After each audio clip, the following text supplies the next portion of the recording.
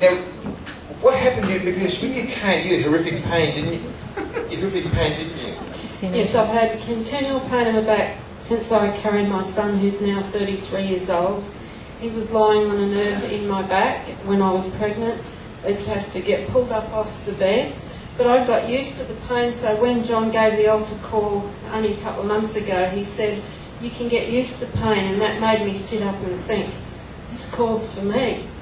So when I came out and John prayed for me, and I was totally healed. And now, after prayer, show us what you could do. Yeah. You couldn't do that before? Yeah.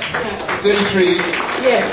And when I went home, I was so used to not being able to do it that every time I went to bend down, I had to tell myself, Marion, you can bend down. And then I used to feel my back crunch and crinkle like it was supposed to, and I never heard it do that before. But then there was a second miracle. I'd had a phobia about, since my first marriage broke up. At the end of my marriage, I'd been kept like a prisoner in my home, so I had this phobia about walls and about being closed in. And this was from your mum, wasn't it? And Mum was imprisoned by the Gestapo, so she was in prison for a long time. So I believe it was a thing through the womb even. And if I was driving down the road and I got near one of these concrete barriers, I'd have to pray in tongues. If I go to the Hornibrook Highway at Redcliffe, I'd have to sing or pray in tongues. And I said, John, can you pray for me? It even happened in the car park that night when I came. We were parking right next to the wall and I was just panicking. So when he prayed for me, I was lying on the floor for about half an hour.